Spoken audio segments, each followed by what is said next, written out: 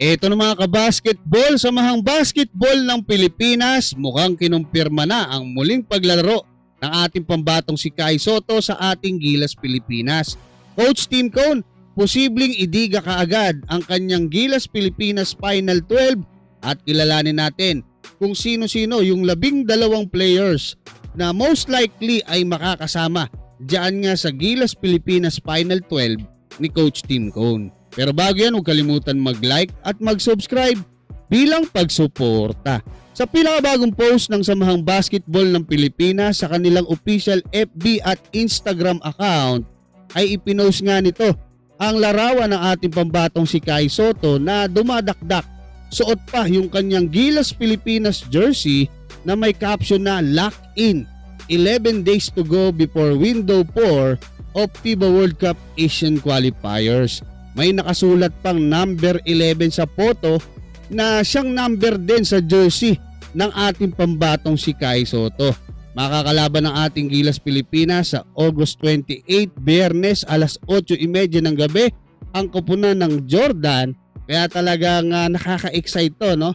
Kasi kahit yung mga Pinoy basketball fans, nung nabasa nila to, marami po yung naniniwalang maglalaro na nga ulit si Kai sa ating Gilas Pilipinas. Kahit ako personal mga kabasketball, ganun yung tingin ko, no? Kasi hindi po magpo-post yan, yung SBP, wala po silang history na ganun. Na ipopost nila yung picture ni Kai, tapos hindi pala maglalaro si Kai. Diba? Tapos 11 pa, kita-kita mo na dun na parang sinasabi nila na 11 days to go na lang. Ito si Kai Sotto. So parang meron na, baka nga nag-practice na si Kai kasama ang ating Gilas Pilipinas ngayon kanina no? Kasi sabi ni Coach Tim Cone, ngayon sila magpa-practice ngayong Lunes. So antabayanan natin yung mga interviews, yung mga photos o yung mga videos na ilalabas ng Samahang Basketball ng Pilipinas. At natutuwa ako especially doon sa mga naniwala sa akin, no?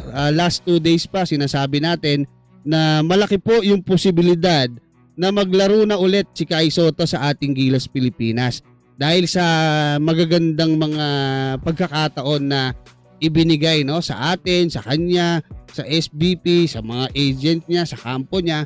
So lahat tayo ngayon magiging masaya na. At ito pa matindi, no? Posible po na ilabas na kaagad ni Coach Tim Cone yung kanyang Gilas Pilipinas Final 12 kontra sa Jordan at Iran. Bakit ko nasasabi? Ganon din po kasi yung ginawa niya nung third window. Dahil nga syempre, kulang na sa oras sasabihin ni Coach Tim Cone. Saka marami rin kasing players na wala. So most likely po ito yung magiging final 12 ni Coach Tim Cone. Siguro may magkamali man ako, mga isa lang, no? Napakarami na po nung dalawa. Sa mga bigs, ang nandyan syempre ang ating pambatong si Kai Sotto, number 1, number 2 si Junmar Fajardo, pangatlo si AJ Edu at pang-apat si Justin Baltasar. Sa mga wings naman mga kabasketball, automatic Justin Brownlee pang-5, pang-6 si Carl Tamayo, pang-7 si Kevin Kiambao at feeling ko makakapasok etong si Troy Rosario pang-8.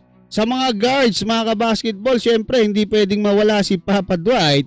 Syempre si Dwight Ramos ang pang-9, pang-10 hindi na rin po pwedeng mawala etong si Juan Gomez Deliano na napakaganda ng pinakitang performance nung nakaraang third window.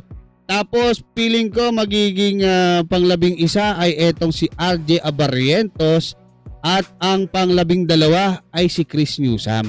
So kung titingnan nyo nung third window, isa lang po ang napalitan dyan. Etong si Mike Phillips na ikakasal yung kanyang kapatid, papalitan lang po siya ni Kai Sotto. Ngayon mga kabasketball, kung mali ako, malamang kung healthy na etong si 100% healthy na, no?